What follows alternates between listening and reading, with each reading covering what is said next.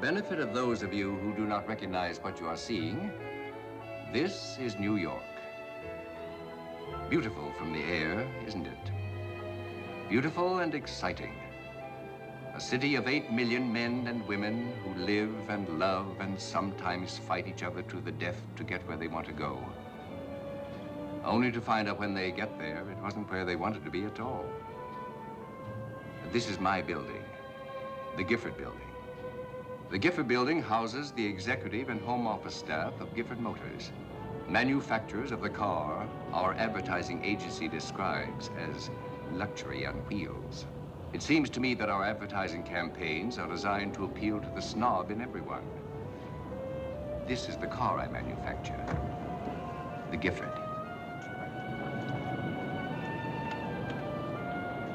And here am I. My name is Gifford.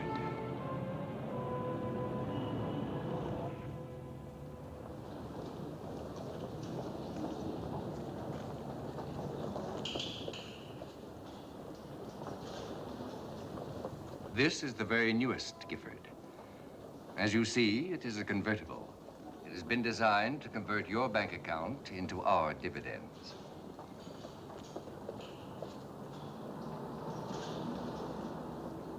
In case you don't know enough to come in out of the rain, this car does.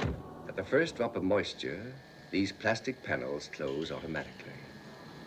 I do not suggest that we're hoodwinking the public, but this hood actually winks. It might interest you to know this car has 666 pounds of electrical equipment, connected by 8 miles of wiring. This little red job has only 7½ miles of wiring. I shall ignore it. Yes, Gifford Motors is quite a company, the largest and most successful in its field. Everywhere in this country where wealth is centered, in the center of that wealth is a district office of Gifford Motors.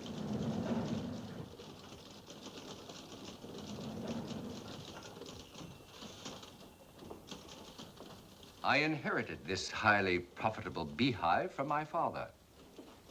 He would be proud, I am sure, to hear me say that I have increased his fortune 5 times over. Yes, it's a healthy, busy company. Except in here. This is the office of the late and honestly lamented Philip S. Briggs. As general manager of Gifford Motors, Mr. Briggs' salary was $125,000 yearly, plus an outrageous expense account. He was worth every dollar of it. Nothing on earth could interfere with his devotion to his work, not even his doctor. So now, this chair is empty. I must fill that chair with another man of equal ability. I am bringing to New York the 3 brightest men in our organization. I have also invited their wives, who will be observed closely and relentlessly. They will arrive here today, and primeval though the thought may be, may the best man win. Or should I say, may the best wife win.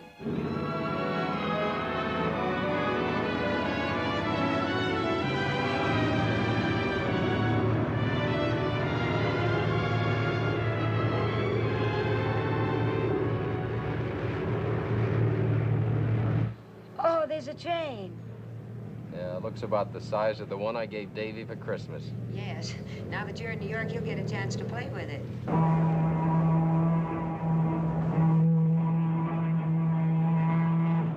Now listen, Carol. While you're in New York, you just be Mrs. Talbot. You let me handle this my own way, hmm? All right. I like being Mrs. Talbot. Well, traffic's thickening up. We must be getting close.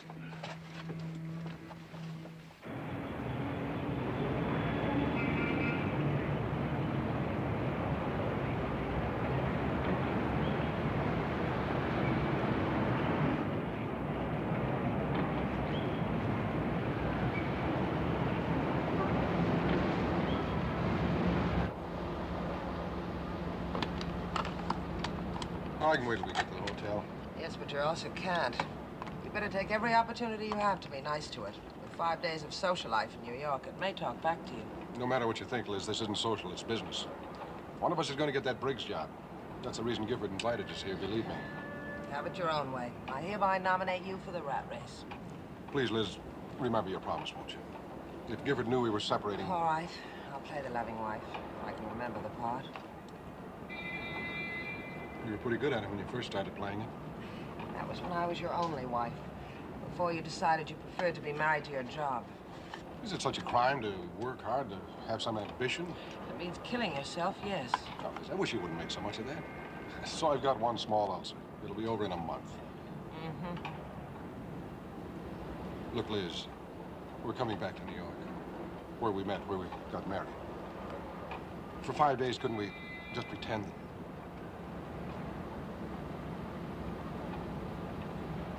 Well, we're almost there.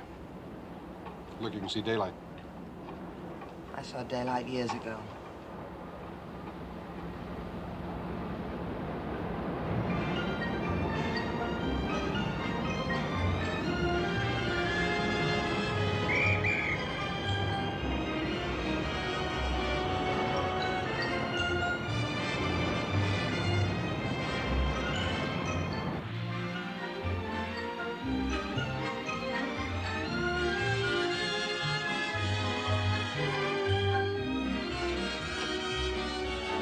Good day, sir.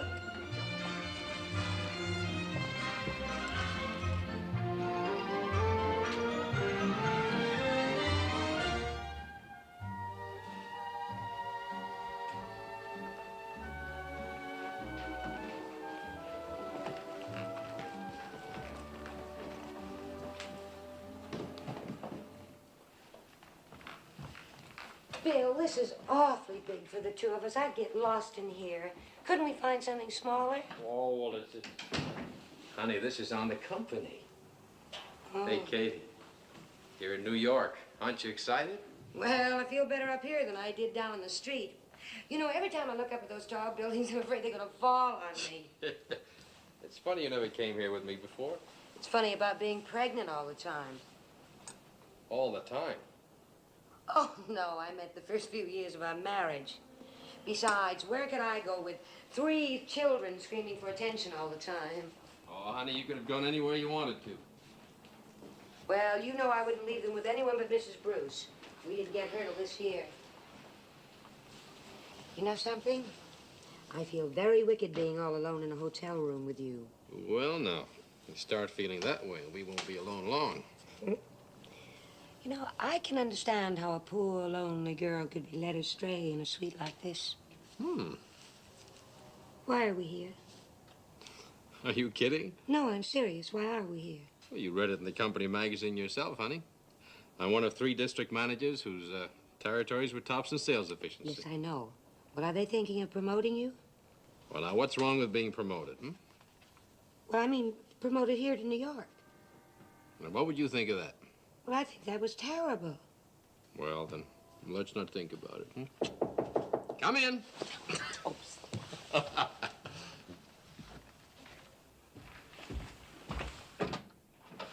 Mr. Baxter? That's right. Flowers for Mrs. Baxter. Oh, thank you. Thank you. Hell, we really raved. The company? Mr. Gifford, no less. Mr. Gifford hopes Mr. and Mrs. Baxter will have a very pleasant stay in New York as honored guests of the company. We will do everything possible to make this a memorable occasion. Look at the schedule. It's like a timetable.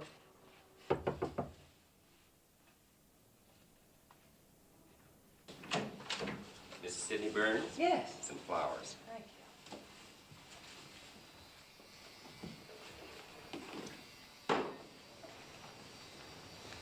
Thank you.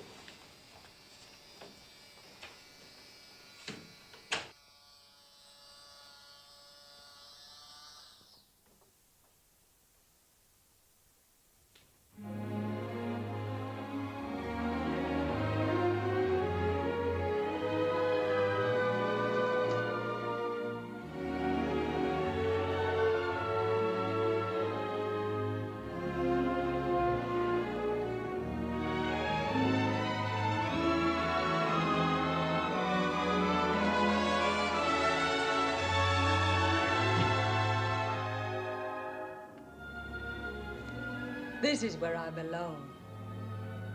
You say something, honey? Yes. Come here a minute, Jerry.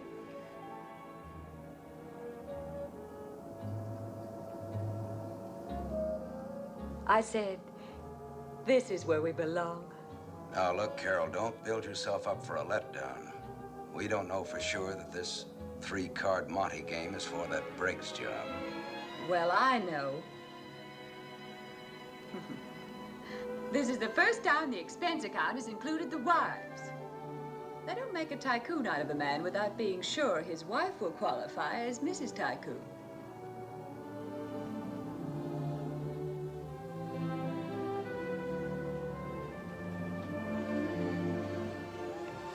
You think I'm up to it, Jerry? I'm never quite sure what you're up to. Well, I'm up to here with ambition for my husband. You'd like to have me get that job, wouldn't you? Only if you want it. You've got to want things, Jerry.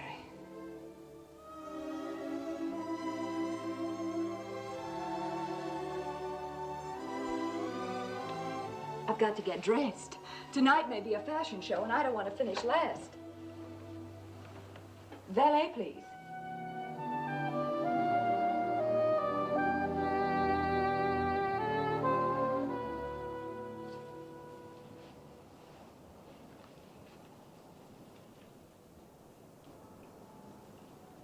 Bill, Yeah? I'm just beginning to realize that plane trip upset me. Oh, no, you don't, Katie. You're not backing out of this party. And they want to meet you, Mr. Gifford and all of them. And besides, I didn't bring you to New York to show you off only to bellboys and chambermaids. I like bellboys and chambermaids. Katie, what are you worried about now? Look, this dress. Why, that's your favorite dress. Yes, in Kansas City. Well, what's the matter with Well, it? it doesn't go with orchids, and it certainly doesn't go with New York. Well, what else have you got? Well, I ought to wear something with a plunging neckline. All right. The only thing I have with a plunging neckline is my nightgown. I used to work with Sid Burns years ago, and this He's my best customer. I just sold him his 5th Gifford. I can remember the station wagons were the cheapest model we carried. Let's stay in town for dinner and see if you're good. I wonder where the waiter is. You're the hardest thing to get at a party is a glass of water. Mr. Gifford, that report I sent you Monday. Now, I realize that this isn't the time or the place. You're correct. This isn't the time nor the place. Could I get you a scotch and soda, Mr. Gifford? No thanks, Grove. You're much too valuable a man for that. Oh, Tony. Yes, sir? I know this affair is a necessary evil, but must it go on indefinitely? Where are the guests of honor? My schedule suggested they be here at 6:30. You said to have everyone here ahead of them. Tony, when I say everyone, I never include me. Sorry, Uncle Ernest. Now, you'll remember everything, darling. I'll try, Bill. I'll do my very best to impress Mr. Gifford and everybody. That's my girl. And when we get back tonight, and I'm apologizing, I want you to remember that. Oh, everything will be fine. But just remember, 1 martini, no more. Yes, Bill. And don't say yes, sir, to Mr. Gifford. Just address him as Mr. Gifford. Yes, Mr. Baxter. And don't you worry. Don't worry, he says. Pretend to listen. 1 martini, 3 sips. Be sure to mingle. Don't relax. Speak up. Be quiet. No, Mr. Gifford. Yes, Mr. Gifford. What do I do if somebody invites me to step out of my cage?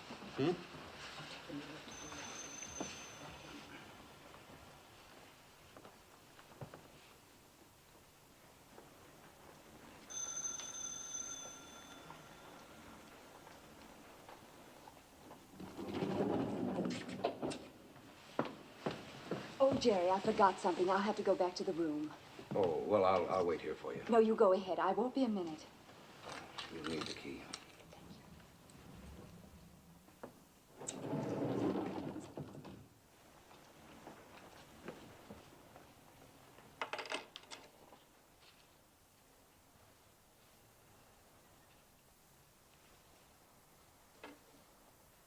Hello, Burns. Good to see you again. I'm Baker, remember? Oh, yes. This is my wife. Darling, this is Ed Baker. Pleased to meet you. Yes, I've heard Sid speak of you. Drink? Hey, Texas Mac. We've been waiting to congratulate you. Hi, Jonesy. Where's that good-looking wife She'll of be yours? down in a minute. How about a drink? You talked me into it. Come on. There's Joe Wilkinson. Joe, how are you? Hi, Nice Bill. to How see are you? I'd like you to meet Mrs. Baxter. This is Joe Wilkinson. How do you do? She's heard me talk about you so much, Joe, she practically knows you. Oh, yes. Have you moved from St. Louis? No, darling, Mr. Wilkinson is general sales manager here in New York. only Wilkinsons you've ever mentioned to me live in St. Louis. Oh, no, honey, those are the Wilkins. Could you use a drink, Mrs. Baxter? Oh, yes, I could. Right over here.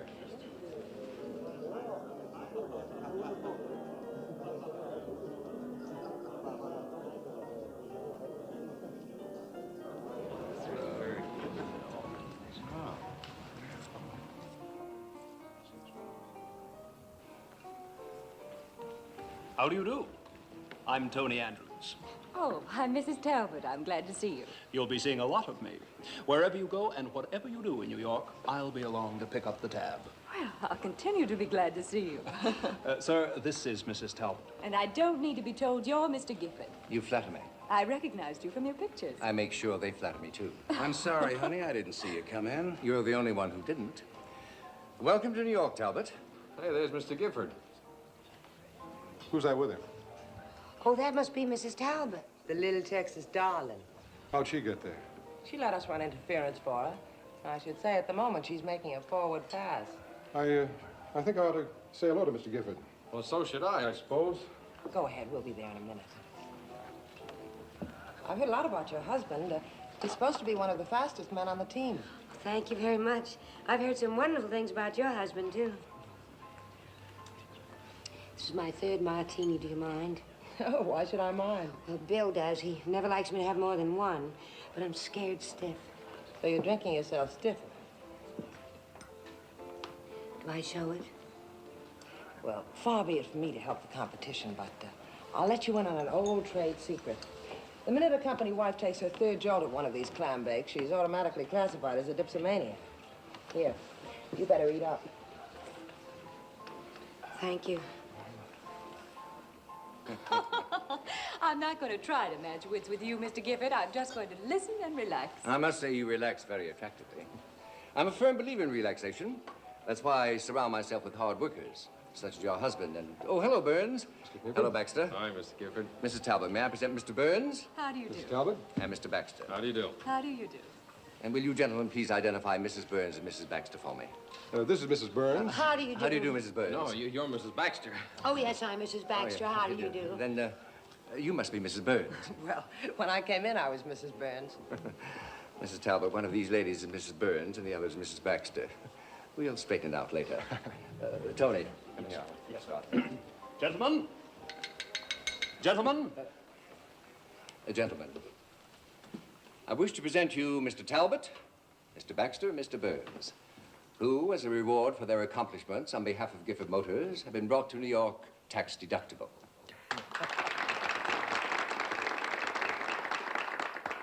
And I wish to present their charming wives, who are also tax deductible and as pretty a set of tax deductions as will pass through the Treasury Department this year. Let me suggest that when we are together, we will have a much better time if you all forget that I am president of our company. I want particularly for you young ladies to enjoy this visit, and that can best be accomplished by your just being yourselves. Thank you. That's just what I mean. Well, that was a very handsome compliment you paid our wives, Mr. Gifford. Thank you. I want to thank you on behalf of the 3rd District. Yes, we enjoyed your speech very much, Mr. Gifford. No one was listening to me, thanks to this uninhibited young beauty. Oh, I'm sorry, sir. Oh, no, not sir. I mean, I'm sorry, Mr. Gifford. Please believe that I welcomed your, shall I say, comment on my speech. I was slightly bored myself. Tell me, is this your first visit to New York? Splendid. You'll have something to tell your children. You have 2, I believe. 3. And I suppose they're the most wonderful children in the world. I knew you were going to say that. Here, darling. Water. Yes, pinch your nose. Drink from the opposite side of the glass, upside down. That's right.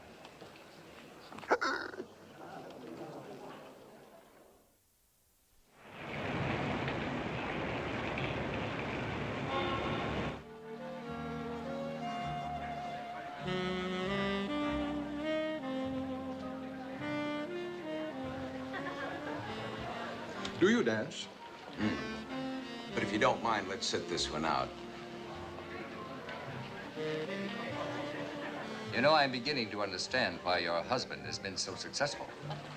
Some companies seem to regard the wives as liabilities. Some wives are. Only if they're married to the wrong man. Any man would be the wrong man for some wives. Then he would be the wrong man for that wife. I know we're dancing, but isn't our conversation getting somewhat circular? You think she's making a play for Gifford? Oh, let's be charitable. Let's just say she's interested in that Briggs job for her husband. Well, now that you're here, how do you like New York? Oh, I think it's a wonderful place to visit. Oh, now, don't say you wouldn't like to live here. Oh, there's not much chance of that ever happening. You seem to be discounting that clever husband of yours. What do you mean? Well, he has a rather impressive record, hasn't he? And if Mr. Gifford should decide to advance him... Oh, you don't suppose the company is thinking of bringing him to New York someday? It's not impossible. You don't mean that, do you? You just hold the right thought and keep your fingers crossed. Keep my fingers crossed. Well, that's the way to get your wish, isn't it?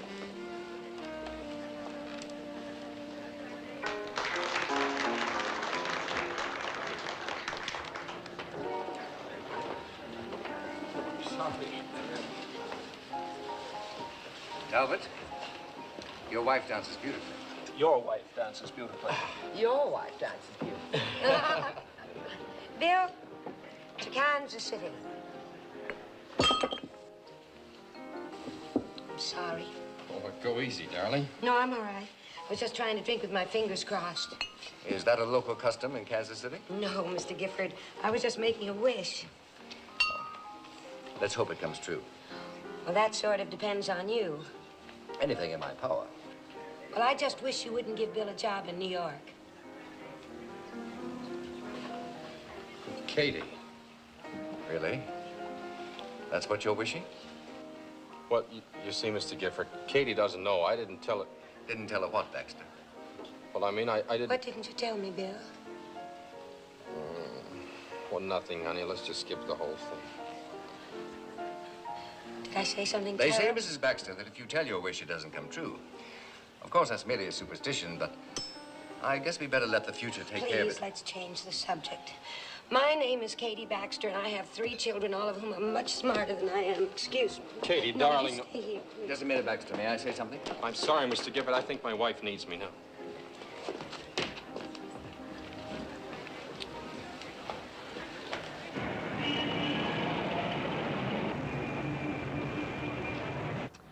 Oh, honey, you just can't depend on me. No, that's just it. That's why you're so wonderful. That's one of the reasons I love you. You're completely unpredictable. You can't predict what I'll do, but you sure can predict I'll do it.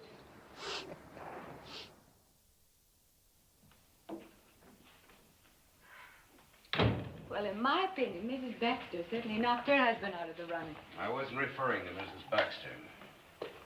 Just what does that mean? I saw you working on Gifford tonight. Well, you won't go after the job. You even act as if you didn't want it. Sure I want it. So does Burns, so does Baxter. That's just it. Probably 3 fairly nice guys. Under normal conditions, I'm sure we'd like each other very much. Now we've got to perform for the master. Got to try to catch each other off balance with one smug little show of superiority that'll knock out the other 2. Why, this 3-ring circus? I don't care about the others. I was just trying to prove to Gifford that he wouldn't be making a mistake if he chose you. Carol, you let me prove that. But, darling, don't you see? If I did show him a little attention, it was only to encourage his interest in you for the job. Now, listen. I'll get to the top. But I'll get there on what I've got, not what you've got.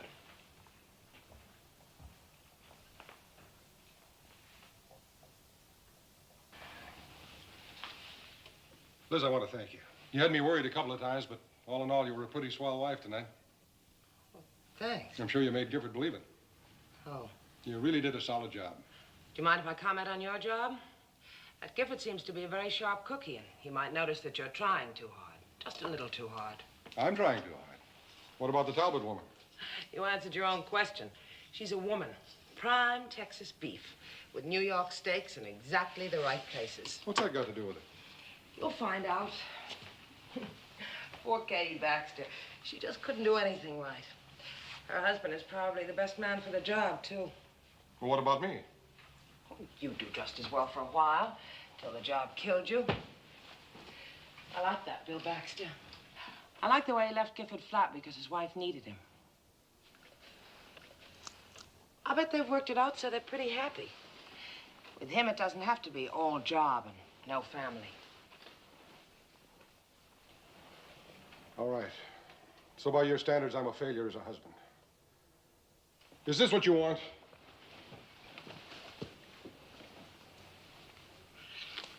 Get away from me.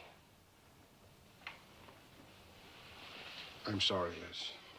So am I.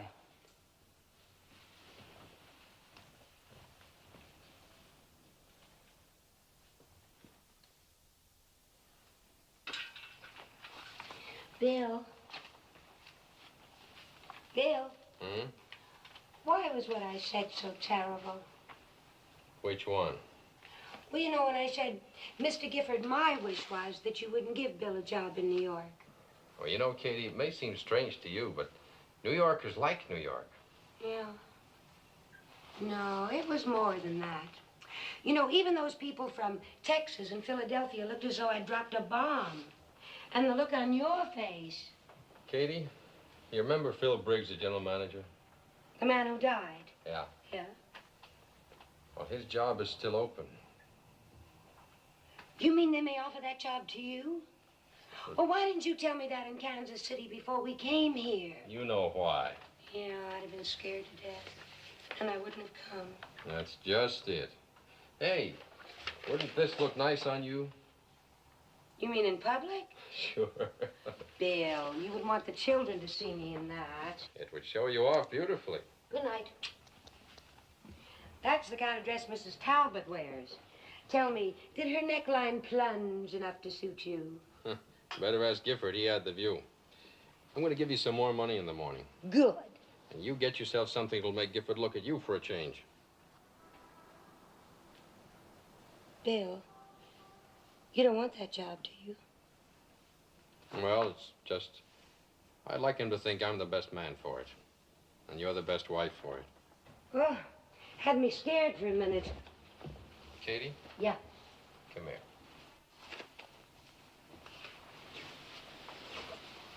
Now, let's get this straight here and now. I don't need the Briggs job to make me happy. But I do need you. Oh, Bill, do you know that's the first time in our lives you've ever said you need me? Just like a play I saw on television. No, 2 plays, the same night. I love you. And I love you.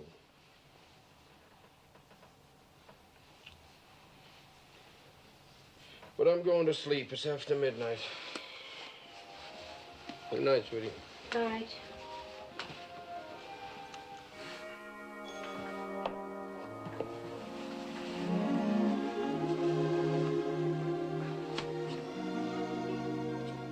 Of course, you're the best man for the job. And I'd like to see Mr. Gifford offer it to you. Oh? But I'm glad you want to stay in Kansas City. Oh.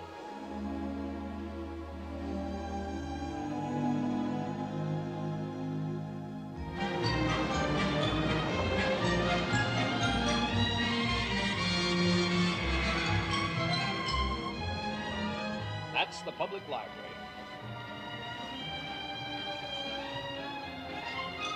Those lions look superior, don't they? They remind me of somebody. Oh, I know. They look like Mr. Gifford. Very discerning of you, Mrs. Baxter. Mr. Gifford has been accused of posing for them. Wasn't it considerate of Mr. Gifford to furnish us with such a tactful and entertaining escort? We wouldn't know about that. Oh, now, please, ladies, I am not worth it. Well, Mrs. Talbot can use you for practice until she gets a chance at that old string bean Gifford again. Don't repeat that to your uncle. Oh, he can tell his uncle as far as I'm concerned. Tell his aunt, too. His uncle happens to be Mr. Gifford. Mr. Andrews, If you get near a river, would you please stop? I'd like to jump in.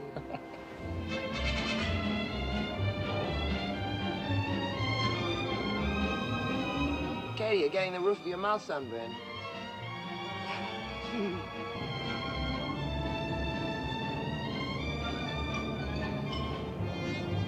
This is the United Nations. Those are the flags of all the countries that belong to it.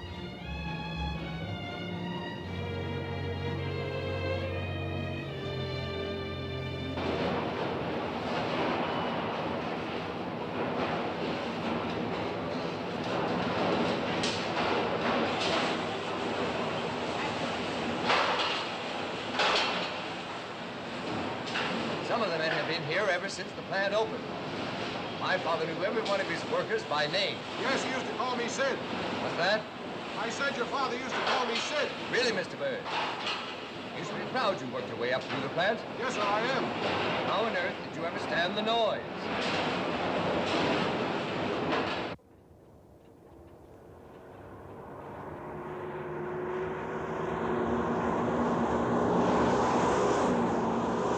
No matter how good the plans of the engineers look in blueprints, this is the final test.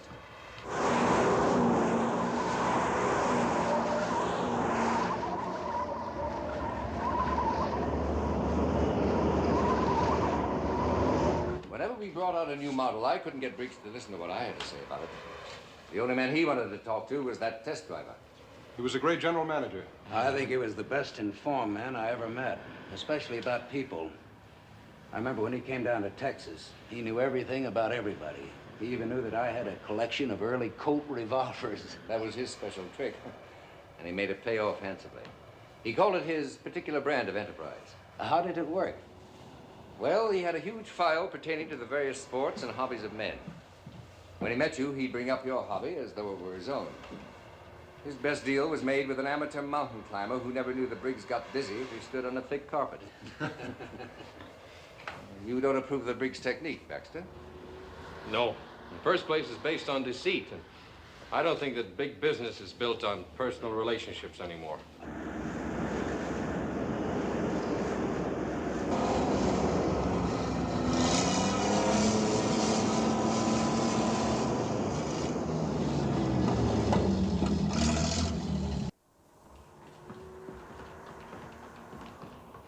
This is where they dream up ideas for the car of the future. There's nothing about an automobile that we're not working on. Have any of you gentlemen ever thought of an improvement that would sell more Giffords than we're selling now? Well, if we could cross a Gifford with a helicopter, it might help solve the parking problem. We tried that once, but gave it up. But step over here, gentlemen. Oh, Jones. Johnson. Or is it Robinson? My name is Jablanovsky, Mr. Gifford. Oh, of course, yes, Jablanovsky. Show us what you're planning for us.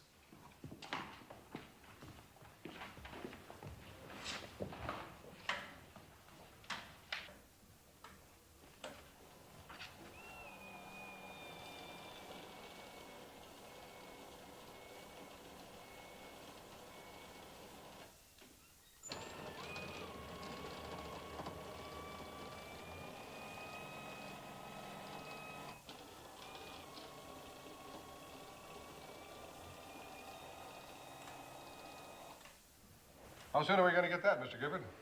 As soon as we can get the cost down to where it's practical. I could sell 1,000 of those cars a week. Yeah, so could I. That's what I mean, Mr. Gifford. If you have a quality product, you don't have to pretend to be a mountain climber to make a sale. You seem bent on criticizing a man who can defend himself only at a seance. Well, I wasn't criticizing a man. I was criticizing a philosophy. Baxter, just what do you think are the qualifications of an executive? Well, I think the first responsibility of an executive is to operate his company for the benefit of the public. We're talking about a private enterprise. You sound like a public utility.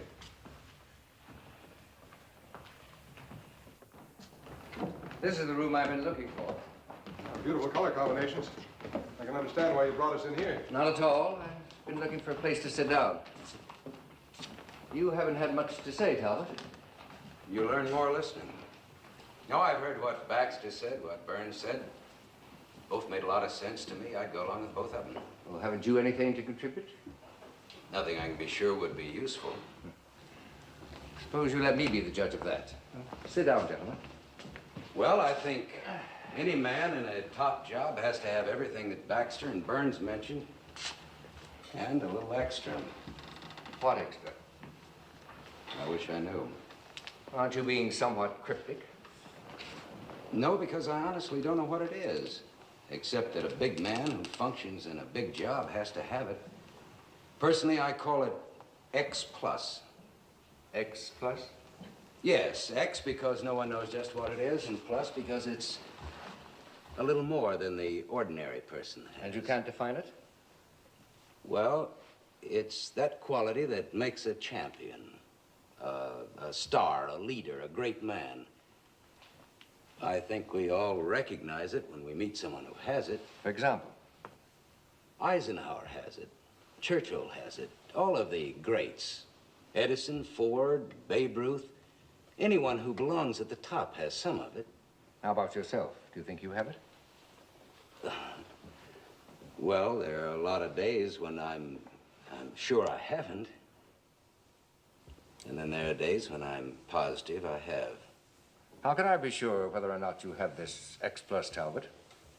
Or Baxter, or Burns? Mr. Gifford, if you have it, I think you'll know whether any of us have it or not. Possibly. Well, I feel I know all of you a little better now. This leaves me even more confused. Shall we go to lunch?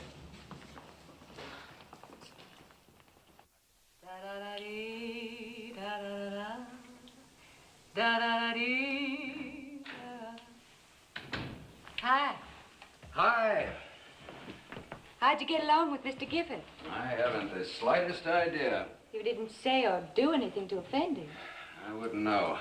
What about the others? Oh, Burns delivered his pat little speech. But Baxter wouldn't guess him. He gave him an argument.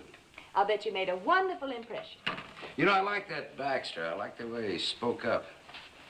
Sure would be great to have an honest general manager with guts. That's why you should be general manager. Jerry, I have a confession to make. I fell in love today. How's that? I fell in love today. Desperately. Oh, with that young Mr. Andrews? No. With New York. Oh, Jerry, this is the most fabulous, exciting, thrilling city. Oh, we just have to be here. Oh, this is where all the most important people in the world are. Carol, could it be that you're just a bit of a social climber? Well, if I am, then New York is Mount Everest. Suppose it doesn't work out. It just has to. I wonder what would happen if you had to make a choice between New York and me. Oh, darling, as if there could be any choice. But why can't I have you both? We're on our own for dinner tonight. Tony suggested the Pavillon. You better shave. Pavillon? I never heard of it. You will.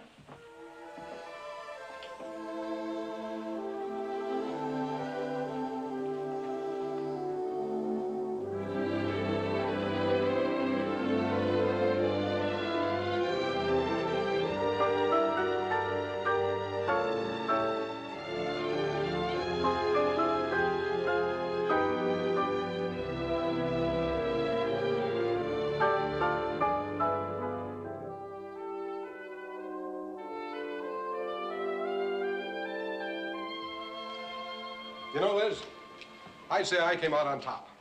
What brings you to this modest conclusion? Well, Baxter reeled off a lot of high-sounding stuff, and all Talbot said was that a general manager ought to be a little better than the next fellow. Made it a perfect setup for anybody that could make sense, and Aren't you forgetting about your ulcer? Sorry, you asked me a question. I was just trying to answer it for you. If you're not interested. Forgive me. For the moment, I forgot about the job and was interested in you. You think I'm a conceited heel, don't you? No. Well, I do. Now that I've thought about what I've been saying. How is your ulcer? Terrible. The food at the plant is cooked in steel pots for iron stomachs. But if you accomplish something for yourself, I guess the suffering is worth it. Sure. You're right, Liz. All in all, I'd say I had a very good day. I don't claim to be dazzling, Mr. Gifford, with my personality, but I'm getting someplace. Don't you think so? Oh, now, please, Liz, I'm not being conceited now. I'd like your honest opinion as an outsider. Sure. As an outsider, I can see you're getting someplace. Every minute you're getting closer to the job that's going to kill you. Every minute you're getting closer to the end of our marriage. You're asking for compliments from me. All in all, I'd say you had a wonderful day. Congratulations. Well, Liz, wait, aren't we having dinner together? How would I know your plans? Well, where are you going? Where do you think I'm going? As an outsider, I'm going outside.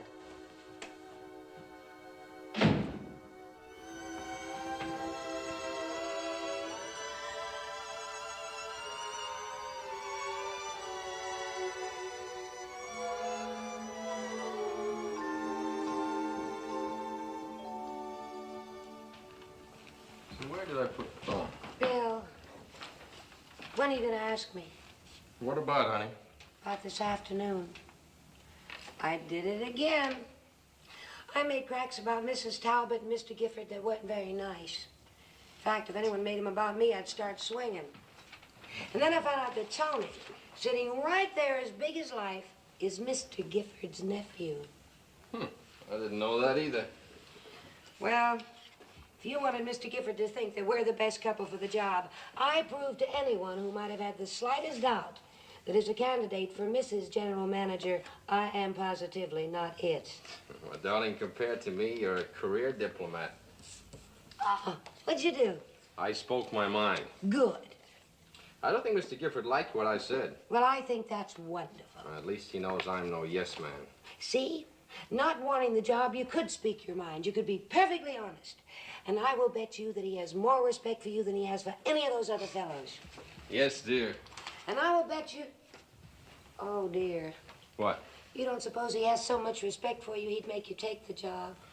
Darling, between the two of us, I think we can succeed in failing. Yeah, I think so. What's on the schedule for tonight?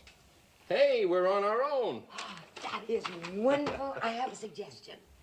Why don't we have dinner right here in the suite and call up Kansas City and talk to the children? Oh, great. Now, while I order dinner, you put on one of those New York gowns you bought today. Oh, I didn't buy one. But I promise you I will go out tomorrow and really shop for something. You be sure you do. I will. Hey, listen, why don't you go shopping with that Mrs. Burns? She seems to have a pretty sharp eye for clothes. Well, thank you for the suggestion. Oh, that's okay. Now for our big evening. While I order cocktails and a menu sent up, you put on a slinky negligee. I didn't bring a slinky negligee with me. If you want me to slink, you'll have to enjoy it in this bathrobe. Well, we'll put the lights out. I'll use my imagination. Hello? Room service? Room service, please.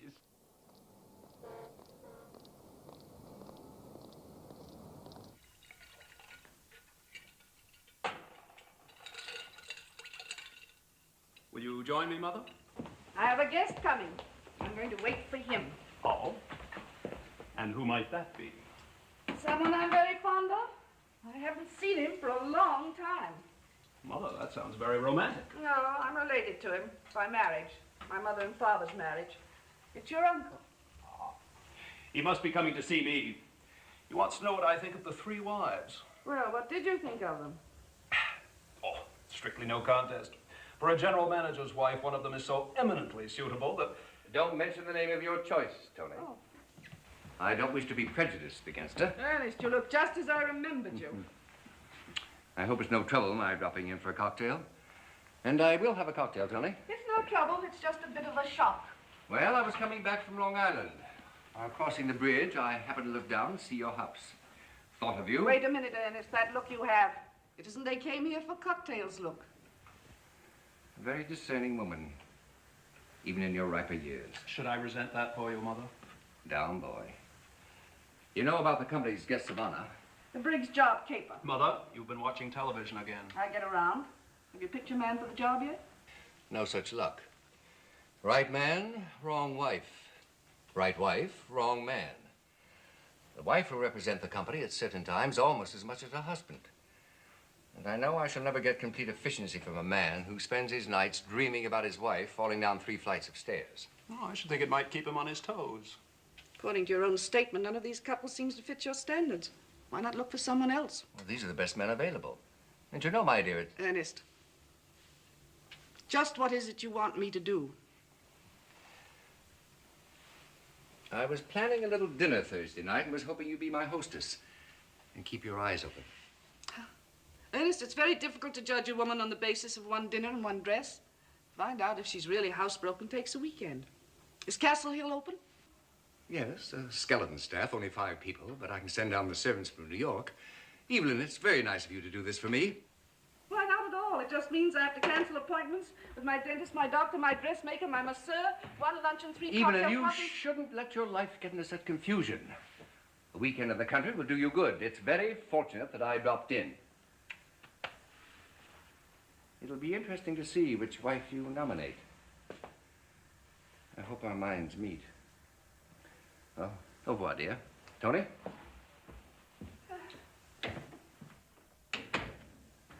When it comes to women, I'm not sure Ernest thinks with his mind. There's one wife in particular. He seems very much attracted to her. I hope he hasn't reached that age. All men reach that age.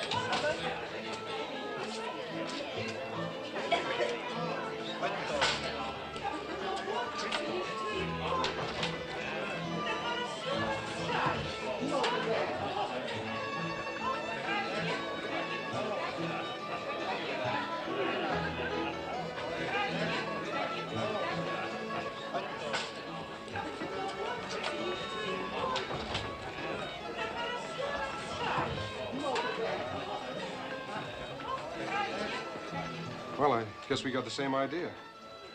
You're referring to good food, yes. Mind if I sit down?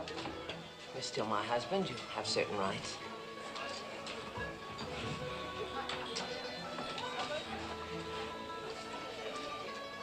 The place hasn't changed much, has it? You haven't seen the menu.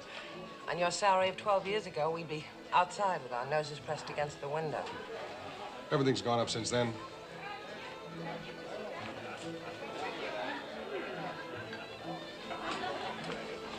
Liz, when you left the hotel, You gonna sit here? Yes, if you don't mind. It's all right. He's my husband. You know, my wife and I used to eat dinner here almost every night years ago. You want a cocktail? No, thanks. We sat right at that table over there. No cocktail, huh? No. Well, say, there was a waiter here by the name of Tommaso. Is he still around? Yeah, he's the boss now. Is that right? I'd like to talk to him. I'll tell him. Thanks. No cocktail, huh? No. Well, Liz, we had some wonderful times here, didn't we? Yeah. Great times. What happened to us? We got married. No, I don't mean that. Do you wish to see me? Well, Tommaso. Hello. I hardly recognized you. Food's too good. How are you?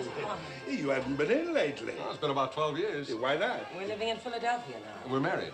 To each other. Well, I remember you was married here, right at that table. We had our wedding dinner there. Liz, have you ordered yet? No. Why don't we have that same dinner tonight? You remember, Tommaso, was $1.25 dinner. Red ink included. Sure, same dinner, exact. Right here. $4.50, wine extra. Giovanni, 2 pranzi, un spaghetti, un ravioli, 2 antipasti. Uno con doppio di pepperoncini. Okay. Hey, how many kids you got? 2. What's the matter? Yeah, we're not complaining. Maybe this is going to give you ideas. A toast.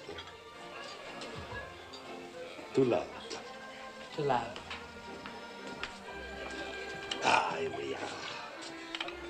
Just like our wedding night. You see? I remember. Double order of peppers for you. Thanks, Tommaso. I'm going to serve you myself now. You take the spaghetti and you take the ravioli. No, Tommaso, it's just the other way around. Of course. What's the matter with me? Coming right up. Sid, you can't eat that. Oh, I guess you're right. 12 years ago, I could eat it. 12 years ago, I was at the bottom of the ladder and on top of the world. I didn't know when I was well off. You still don't. Liz, I was so miserable and lonely after you left the hotel. Then I thought about Tony's, and I guess I came here to feel sorry for myself. What brought you here?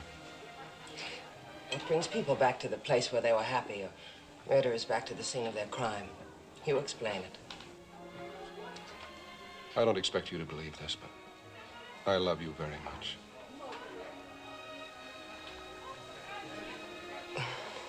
There's something else you love more. Look, if I'd forget all about the Briggs job, if I'd really settle down for some home life, would you give me another chance as a husband? No. Why not? Well, in the first place, that wasn't an offer. It was a question. And in the second place, the two of us being back here together tonight makes one of your loves seem to outweigh the other at the moment. No, I'm serious. I'll prove it to you. You said that before.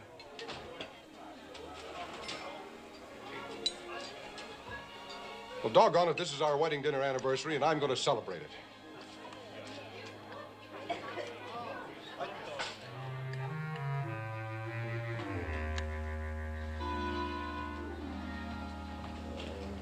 Sid, sit up. Murder. Just murder. You knew this was going to happen. Why did you have to eat that Italian dynamite? I'm not complaining.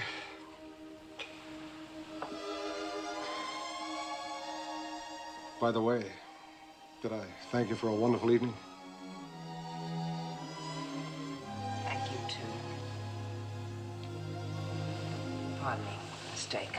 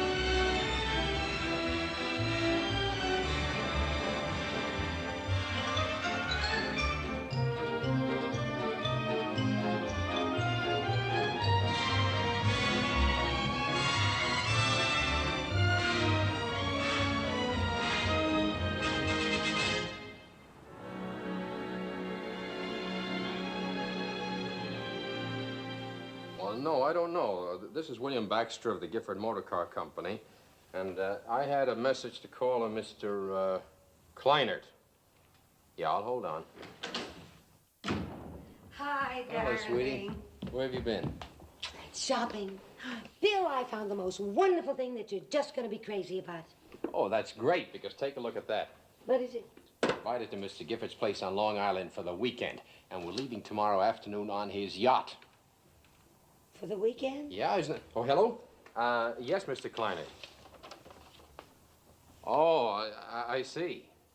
No, I can come over right away if you like. Will Talbot and Burns be there? I see. No, I'll come right over. Thank you, Mr. Kleinert. What do you know? I have to go over to the advertising agency right away. Is anything wrong? Anything wrong? Honey, this is wonderful. I just tossed out a few suggestions this morning, and now Gifford wants them to go over all the advertising layouts with me. With me, honey. Not Talbot, not Burns, just me. What do you suppose it means? It means that I'm way out in front. It means that I may be the new general manager. Honey, this may be the big break that... Bill, Yes, Kitty. you do want the Briggs job, don't you? I wouldn't be human if I didn't, honey. It's the top job in the whole organization. Of course I want it. Okay, Bill, then I want you to have it. If you want it, then I want it too. Gee, and if my ideas for that campaign are really good, and if you knock him for a loop this weekend, you got that dress, huh? No, not that one. Well, tell me about it later, honey. I'll see you in about an hour. Bill! Hey, Bill! You forgot something. What? Good luck. Hi. Whatever it is, good luck from me, too. Liz, have you heard about the weekend? Yeah, I didn't expect to have that thrown at me. I had to go out and buy some clothes. What'd you get? An evening gown, a little cocktail outfit. Oh, I did something terrible. Like what? Well, Bill gave me money to buy some clothes, and I practically spent it all. What did you get? A very expensive barbecue. Katie, they're not wearing barbecues this season. Well, it's something he's always wanted and said he couldn't afford. What an idiotic, wonderful thing to do. Bill thinks I bought something sensational for the trip, you know, with Mr. Gifford. And what I want to talk to you about is, you see, Bill suggested that I ask you to help me to shop. Why me? Well, he said you have a very sharp eye for clothes. That's a compliment that husbands seem to pay all wives but their own. Yeah. Well, it's important to Bill how I look on this trip. And what's important to him is important to me. Well, let's see what we can do about it. Tell me, how much do you have left of Bill's money? $73. $73? Uh-huh. Well, what do you actually need? Well, I need an evening gown for sure, and then I need something not quite so formal. And a fairy godmother. All right, I accept the nomination. First, let's consider your assets. $73 and a good figure. I've got it. There's only one answer to that, I hope. Come on. Where are we going? Well, it's a joint where they sell odd lot leftovers. And if you're lucky, sometimes you can pick up an exclusive that's been worn by a model. I never heard of a store like that. Well, it's not a store, it's a battlefield.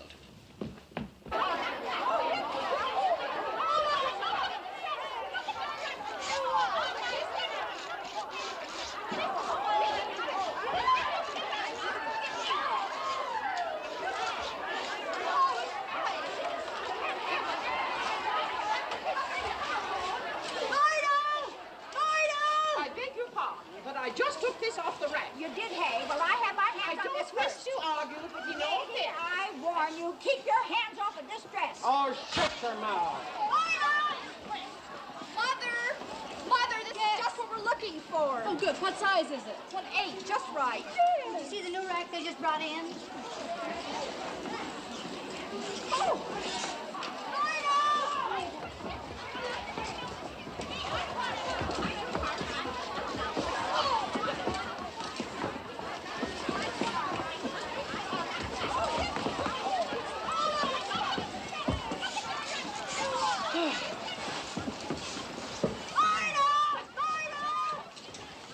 Hey, Liz, come here and look at No this. more, I quit. Please, Liz. Look, Katie, we found a cocktail dress. Let's not press our luck. I know, but this one looks unusual. It just looks familiar. We've been over that rack 3 times. Well, we may be reaching for the moon, but I know I saw this in Harper's or Gold. Probably saw it in the comic books. Hey, where'd you get that? On this rack. It's only $59.95. That's a Maurice original. Maurice who? Katie, when the cheapest dress you make is $500, you only need one name. But I knew there was something about it. Oh, yes, I remember now. It's something terrible. It's a size 16. Well, buy it and let's get out of here. Well, I'm an 8. It doesn't matter, Katie. Maybe it's a small 16. Go try it on. Oh, okay. Sadie, where's that pink coat? I went out and bought a pink dress to match it. Now I can't find it anywhere. But you can't buy that. That's the dress I wore in here. Oh!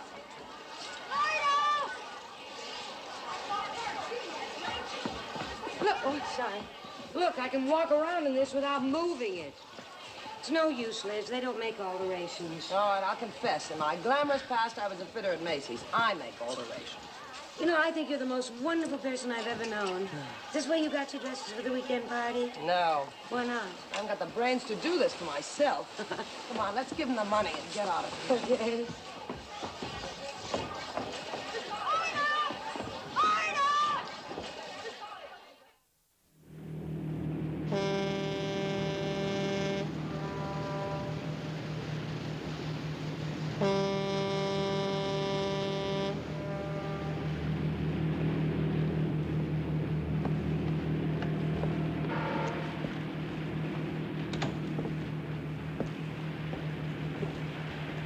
I'm feeling a little woozy.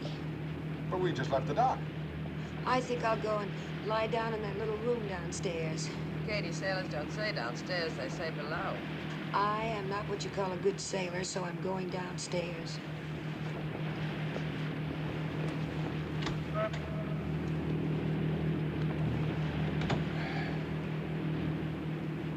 You know something, Liz? No pain. Good. You had enough the other night to last a month. Yeah. I think the main reason is that I've quit worrying. As far as I'm concerned, that Briggs job can go jump. You still don't believe me, do you? Well, you haven't said anything to Mr. Gifford yet. Well, I don't have to.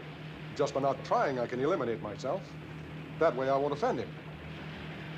You mean it would offend him if you told him your health wouldn't permit you to take the job? Well, he might not believe it. Think I was a quitter. I don't want to lose what I've got.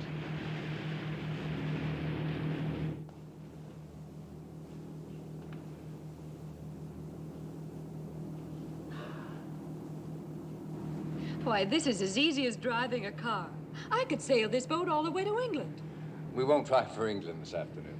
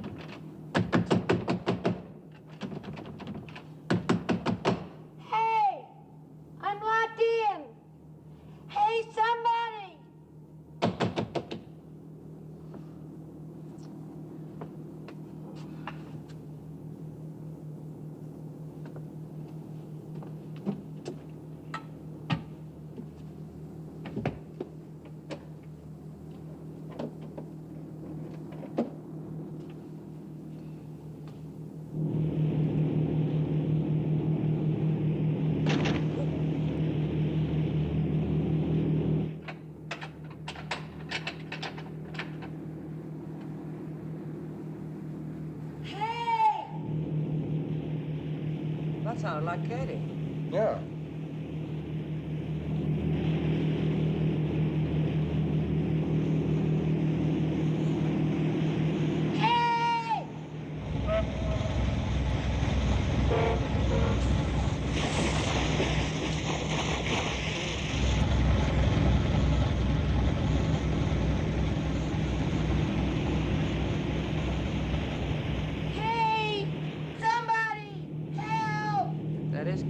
I better go look for her.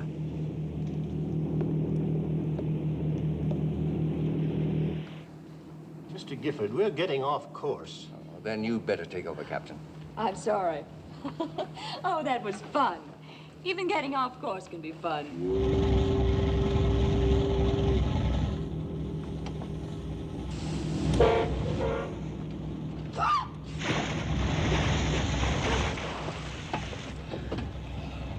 Well, glad you got here before I drowned. You managed to get into more trouble.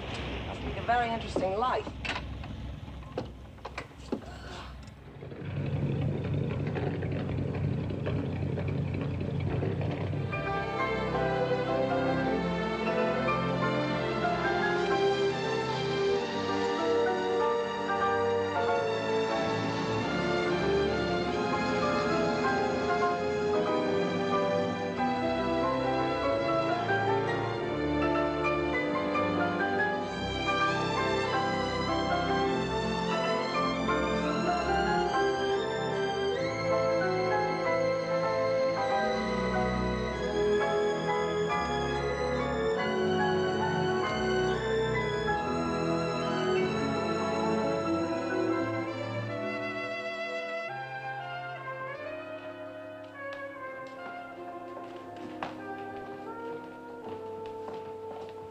Oh, there you are, Evelyn. I heard you drive up.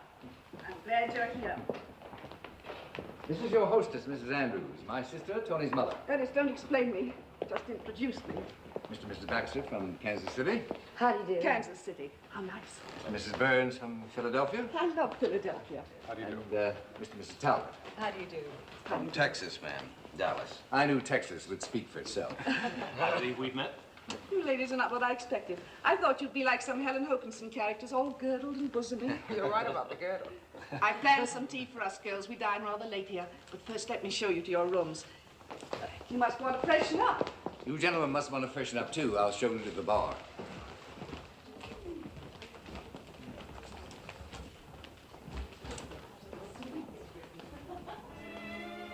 It's too bad you had to see the place at this time of the year. In the spring, the gardens are all pink and white and frivolous. Oh, I think it's just beautiful now. Trip down was perfect. A little perilous for Katie. Mrs. Baxter, I can't keep my eyes off that dress. Did you bring that from Kansas City? Oh, no, I bought this in New York. Really? Where? You wouldn't believe It's this. a Bonwit exclusive. Oh, Bonwit's. Well, I didn't get it at Bonwit's. Mrs. Burns knew that. I've been admiring your dress, Mrs. Andrews. Italian, isn't it? Yes. You were just going to tell me. Oh, well, this is a place where they sell dresses that models have worn. You'd be surprised at the What prices. surprises me is you having the courage to do a thing like that. We're all so snobbish about clothes. Mrs. Burns, would you take me there sometime? Mrs. Andrews, you're the most. Oh, what does that mean? Oh, that means you're not a bit like Mr. Gifford. I wonder what's keeping Mrs. Talbot.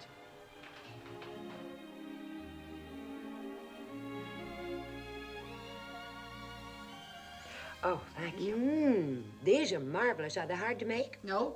You take one good cook and put her in the kitchen. Oh, I'm sorry I'm late, Mrs. Andrews. Actually, I came down early, and Mr. Gifford was kind enough to show me the grounds. I don't blame him. You're a very pretty young lady. In fact, you're all so young you make my bones ache. Oh, I just hope I look as good as you do when I'm your... Please go on. I don't resent that kind of a compliment. Cream? No, thank you.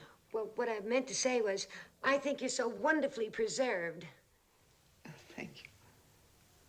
Oh, my dear. Did you burn yourself in that beautiful dress? Well, we'll take care of this right away. Mrs. Burns, will you play hostess for a few minutes? With pleasure. I get clumsier every year. It's a good thing I'm out here where I can't get at your best furniture. Come this way.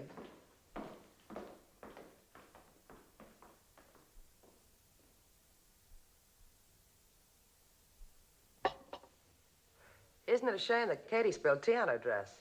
A shame, but not a surprise. What I meant was, she's upstairs getting chummy with Mr. Gifford's sister. Should that concern us? Well, Mrs. Andrews is an important stockholder. She could have a hand in picking the new general manager. Oh, Mr. Gifford makes his own decisions. Besides, I'm sure we both are aware that we happen to be living in a man's world. You haven't any children, have you, Mrs. Talbot? No. You know, I think if you and Mr. Talbot had children, you might realize that a man like your husband would be working more for his children than for you. And you wouldn't mind that because they'd be your children, too, and you'd know you gave them to him. That's why, Mrs. Talbot, it isn't a man's world. It's a woman's world. Have a cookie, Cookie. Thank you. Thank you, Mary. Do you know something? That robe's never going to be happy on me again. It won't take Mary long to iron out your dress. Gosh, all this trouble and then having to leave your guests. Trouble, it's a relief. I'm always nervous at first with strange people. You're just saying that to make me feel good, because that's the way I am. Oh, I was so nervous that I was going to say or do something wrong. Yes, I sensed that the moment I met you. Not that you were going to do something wrong, but that you were all keyed up trying not to. Nobody would ever believe that you were nervous. I've learned not to show it. You're going to have to learn that as your husband grows more and more successful. You're going to have to learn a great many things. What kind of things? I mean, besides being a charming hostess to strange people, the way you're doing now. Aren't you actually trying to ask what it would be like for you if you were the wife of Gifford Motors' general manager? Yes. Well, in the first place, as your husband becomes more important to his company, he'll have to give it more of his time and attention. That's at your expense, of course. And you must convince him you're perfectly content. Oh, but I'm used to being alone.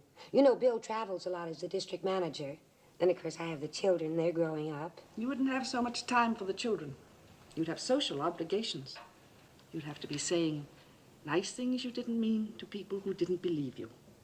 And at all times conduct yourself with a poise and dignity Expect it from the wife of so important a man, even if you felt like kicking up your heels and screaming. I know. Years ago, I served my time as the wife of the general manager of Gifford Motors. I'm not trying to discourage you. I'm trying to prepare you to face the future with some idea of what it's all about. Well, I'd better get back to the other guests. You won't have to wait long for your dress. Well, thank you for everything, and especially for telling me what the general manager's wife has to do. Now that I know what to expect, I'll do it. You're quite a girl. See, Bill, that's my husband. He's the best man for the job, and Mr. Gifford is bound to recognize that. You do love your husband, don't you? Oh, yes, I do. That's good. Because the man who gets the job must have a wife who loves him very much.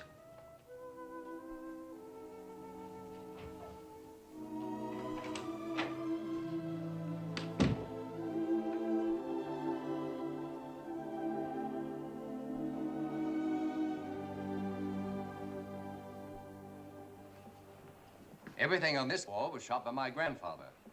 He hunted in the West when the West was still wild. These are things shot by my father. He went to Africa with Roosevelt. That would be Roosevelt the first, in 1909.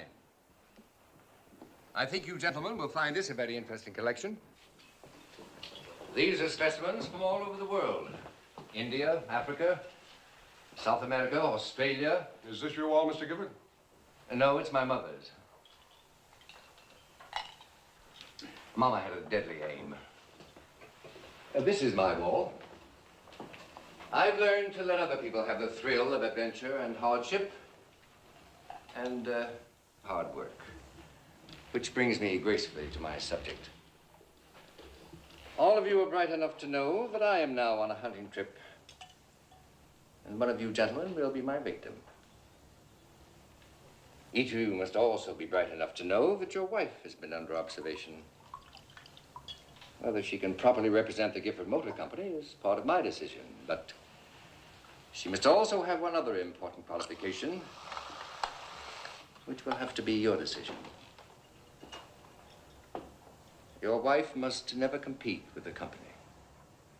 If there's a choice between your work and your wife, your work must come first. Do you agree, all of you? Well, I don't, Mr. Gifford. If a man's job and his home life interfere with each other, there's something wrong with the man. Or the wife? Oh, possibly, but if you'd expect me to marry my job at the expense of my legal wife, I'm not your man. Well, I appreciate your frankness, Baxter. How about you, Talbot? Mr. Gifford, I didn't come here to ask for this job. I'm not asking for it now. Mrs. Talbot and I were invited to New York so you could look us over. You've been looking us over. You mentioned a certain condition for this job. I have one too. Regardless of Mrs. Talbot, if I don't qualify for this job personally, then I don't want it. Burns, under the conditions I've outlined, do you think you could handle this job? Handle it? Mr. Gifford, I'd give my eye teeth for the chance. Ernest, aren't you men dressing for dinner? Of course. We dine at 8. You'll have my decision after dinner. Gentlemen? We're going to serve cocktails, and I hope we'll be down in about half an hour. We have an excellent cook.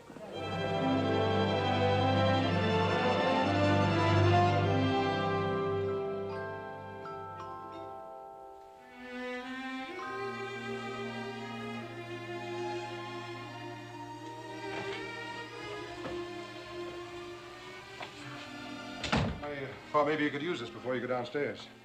Thanks. You've got plenty of time. That's new, isn't it? Mm-hmm. That looks great. You too, of course. Sid, have you been drinking? You know better than that. My ulcer's been having a field day again. Why? Why what? Is it because you said you turned down the Briggs job if it's offered? Liz, I can't turn it down. I had the chance this afternoon to tell Gifford I didn't want it. I couldn't. Why not? Liz, when they took me off the line and made me a foreman, I knew I was going to get someplace. When they took me out of the factory and started me selling cars, I knew I couldn't stop trying till I got to the top. And there was Gifford this afternoon laying it right in my lap, asking me if I could handle it. The top job in the company. I couldn't say no. I just couldn't. Liz, I honestly think Gifford has picked me.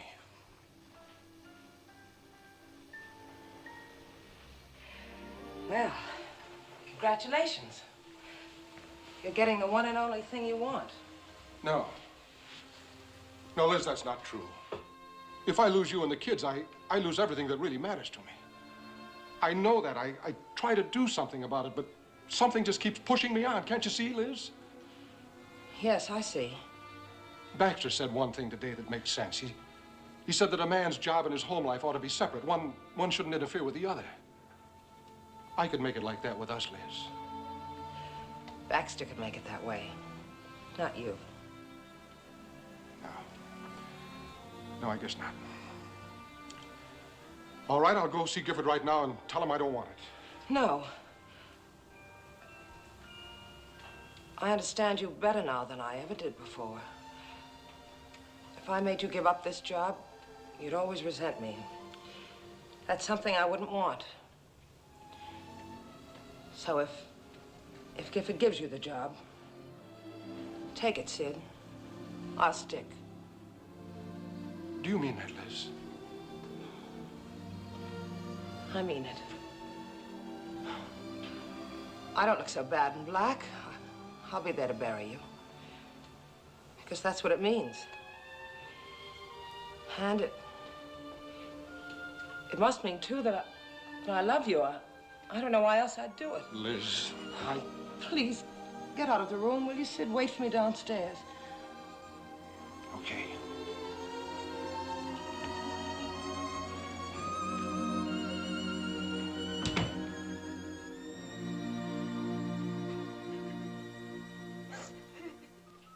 Hey, Katie, darling, I've got to shave. Come on, aren't you ready yet? Just about. Close your eyes. Okay, come out, wherever you are.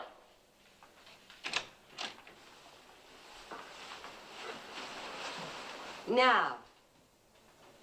Katie, you're beautiful.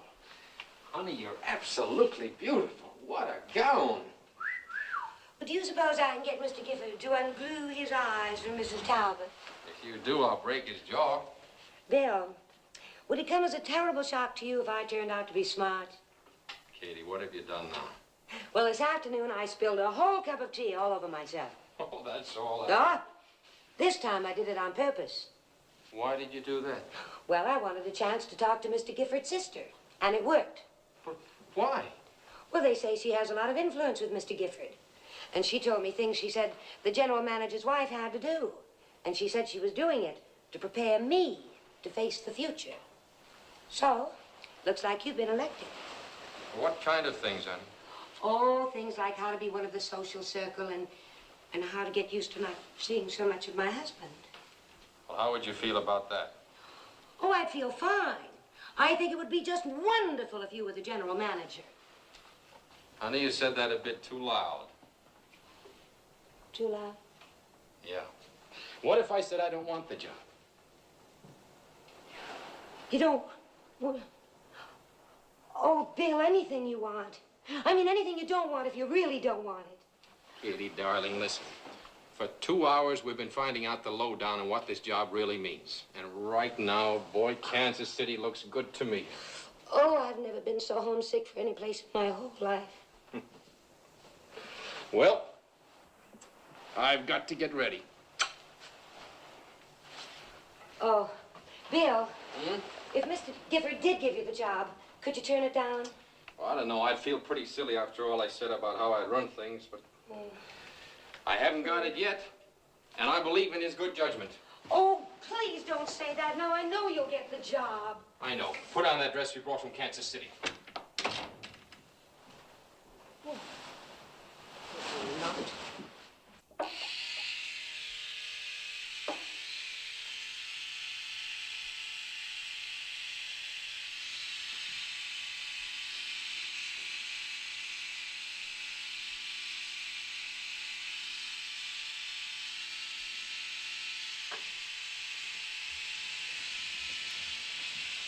He must have said something. What? I said he must have said something. Oh, same thing he's been saying ever since we got to New York. He likes to watch people squirm. He'd also like to see us all sit up on our hind legs and beg. Well, he's got to make up his mind soon. Yeah, well, he's going to spring the big news tonight, right after dinner. Oh, I'm sure it'll be you, Jerry. I don't know. But I can promise you one thing. Yes? I won't finish worse than third. Jerry.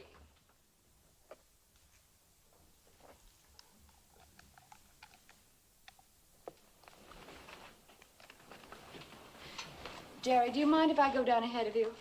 I need a cocktail. No, go right ahead.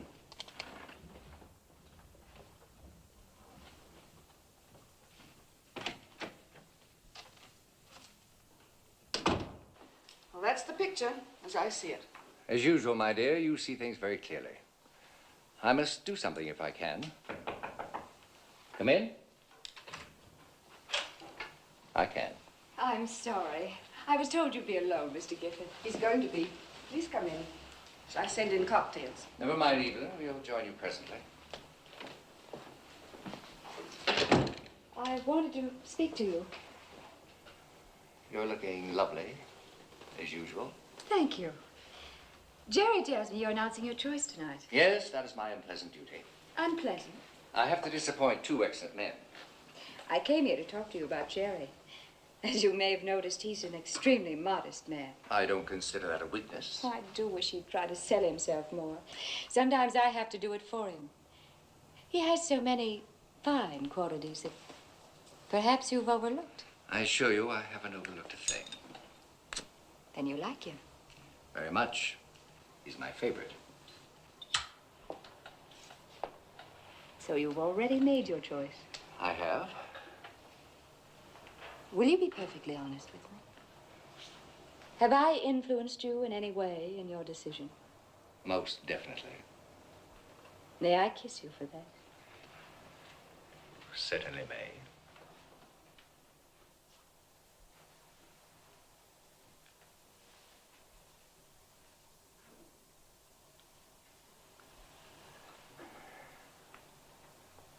I'm very grateful to you, Mr. Gifford. And I'm sure there'll be many opportunities for me to prove that to you. But why should you be grateful to me? Because you told me you'd selected Jerry. I said no such thing. But you led me to believe I'm that... sorry, Mrs. Talbot. You led yourself to believe. You said Jerry was your favorite. He is. Then why aren't you giving him the job? Mrs. Talbot, I've studied your husband much more carefully than I have either of the others. In spite of his great talent, he has a certain handicap, and this handicap will not permit him to give his best to his work. What handicap? The fact that he won't try to sell himself, that he isn't aggressive enough? I don't wish to be too specific. Except to say definitely that Jerry is out. I'm sorry. Thank you for telling me, Mr. Gifford.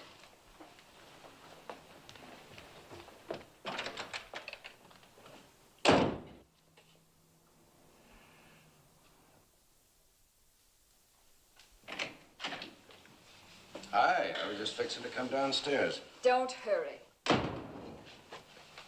What's the matter? You look like you just got hit by something. Something just hit you. Me? You're not going to get the Briggs job. How do you know that?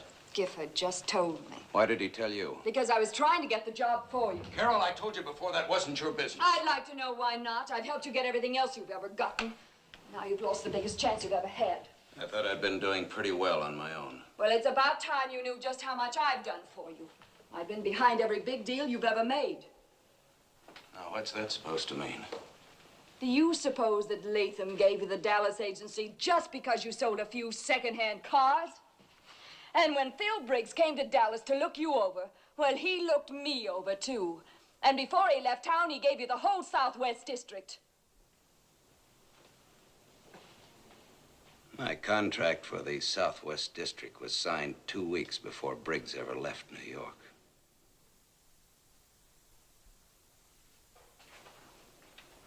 So your hospitality to Mr. Briggs was just a little wasted. I don't believe you. Briggs must have had quite a laugh at you. And at me. Well, thank God Gifford is too big a man to make that kind of a deal.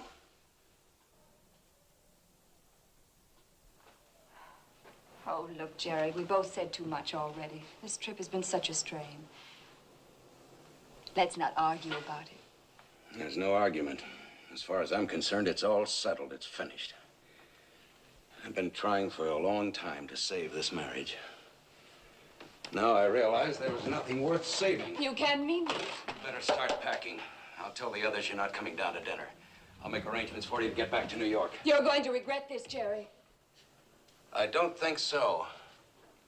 I'll live and I'll do very well without you. And without your help. Now start packing. Do you intend going back to Texas? The devil with you and Texas. You leave Texas out of this. Thank Would you. you like another cocktail, Mrs. Burns? Oh, thank you. No, I want to enjoy the wine. It isn't everyone who has an appreciation of wine. Well, that's quite a creation you're wearing, Mrs. Baxter. Thank you very much. Ah, there you are, Talbot, at last. Greetings. We're well into our drinks. Will Mrs. Talbot be down soon? No, I'm sorry to have to tell you she's gone back to New York. She's not feeling well.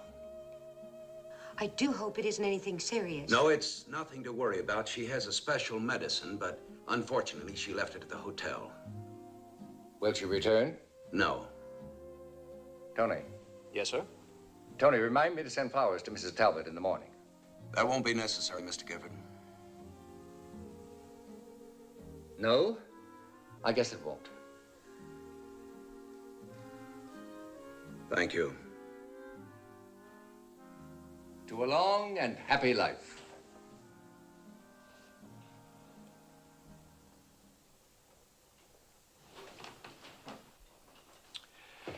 Evelyn, I must compliment you.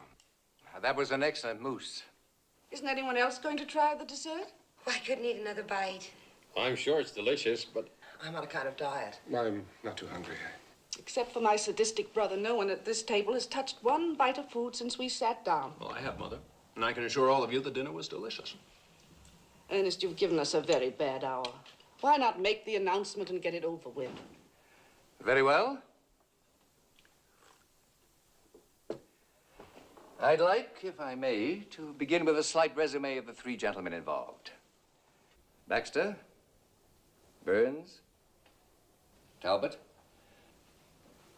Whether you're the choice or not, be assured that I have a high regard for all of you, and I'd hate to face the task of finding men who could replace you.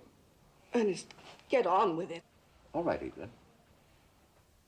Baxter, in our discussions, we've disagreed markedly at times, but that doesn't mean you've been wrong. Oh, I wouldn't be too sure of that, Mr. Gifford. After all, you're much older and wiser. As I was about to say, Baxter, I like your spunk, and I think you have all the qualifications of a general manager.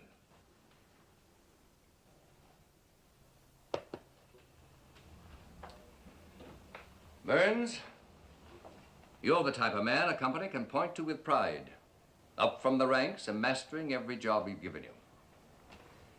I'm sure you can do the same thing with the most important job in the company.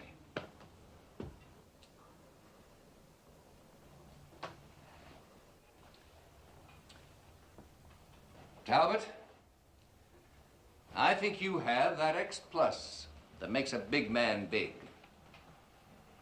But there was something that made me doubt that you could ever function successfully as a general manager. A handicap.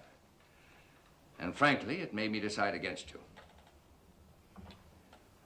I was convinced that you were not aware of this handicap, and I wanted to call it to your attention. An opportunity came my way that gave me a chance to do so. I can only guess at the results, but this much I know. That suddenly you did become aware of it and have the courage to get rid of it. And just as suddenly, I'd found my new general manager. Congratulations. Oh. I can't tell you what surprise this is. Liz, I prayed I wouldn't get it. I honestly prayed. Oh, when he put his hand on you, my heart stopped beating. I told you he was a smart cookie. Isn't anyone going to congratulate the winner? I'm so happy for you. Yes, thank you. Congratulations. Let me know when I can be of Thank any you help. very much. This is fine with me. I'm not demanding a recount. I think Mr. Gifford's to be congratulated, too. Thank you. Anderson, these people are starving. You may start serving dinner again. Ladies, gentlemen. You must be very happy. Jerry, you sit here. Oh, This is like a star. Boy, what a relief. Sid, remind me to tell you. One moment, please. May I propose an after-dinner toast before dinner? To our new general manager and the two brightest stars in his team. May your success continue to keep me wealthy. And to these lovely ladies, already wealthy in charm and grace and happiness. You know, it's a wonderful world. A great, big, wonderful woman's world. Because men are in it.